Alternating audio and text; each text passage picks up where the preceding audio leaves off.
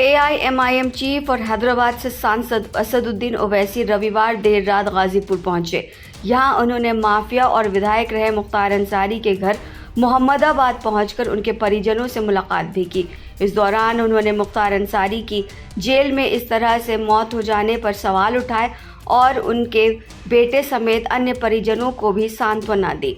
मुख्तार अंसारी के घर वो देर रात पहुंचे थे। इस दौरान प्रशासन ने चाक चौबंद व्यवस्था कर रखी थी और जरूरत के लिए अन्य बलों की भी तैनाती हुई थी। उनके घर के बाहर काफी भीड़ जमी हुई थी।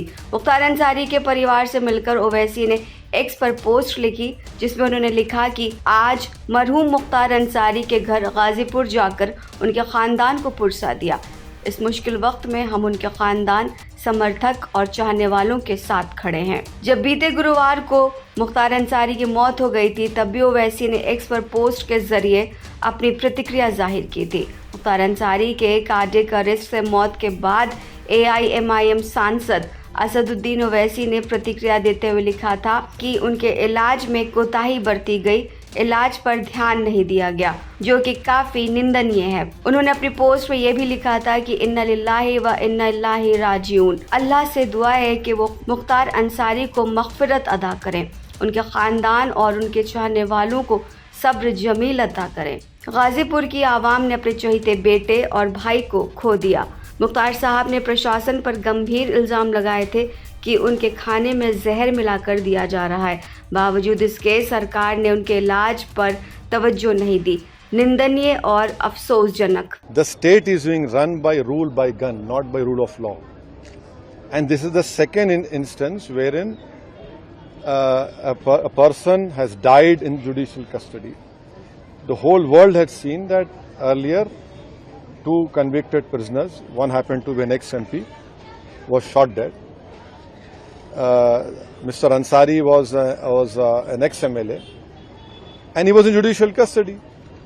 And when this family has filed a case in Supreme Court, stating to the Honorable Supreme Court that there is an apprehension by the family that he will be killed inside the prison. Now he dies, and the family says that slow poison was given. And the surprising and shocking thing is that he was not taken to a specialist hospital. He was taken to a hospital where no proper medical attention was given to him.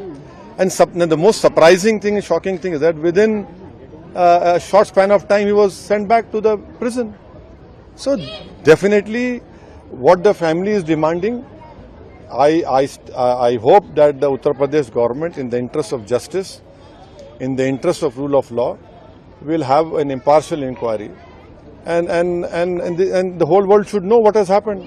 This is not on. This is not how people just go away, just die in judicial custody. बता दें कि उत्तर प्रदेश में बड़े mafia रहे मुख्तार अंसारी की गुरुवार को मौत हो गई थी। बांदा जेल में उनकी तबीयत अचानक बिगड़ गई थी, जिसके बाद मेडिकल कॉलेज में इलाज के दरमियान उनकी मौत हो गई। यहां करीब 1 घंटे के इलाज के बाद डॉक्टरों ने उन्हें मृत घोषित कर दिया था। मुख्तार अंसारी की मौत के बाद प्रदेश भर में पुलिस अलर्ट मोड में आ गई है। उनके खिलाफ 61 केस दर्ज हैं। इनमें हत्या के प्रयास, अपहरण, धोखाधड़ी, गुंडा act, arms act, gangster act, CLA act से लेकर NSA तक शामिल हैं। इनमें से 8 मामलों में सजा हो चुकी थी।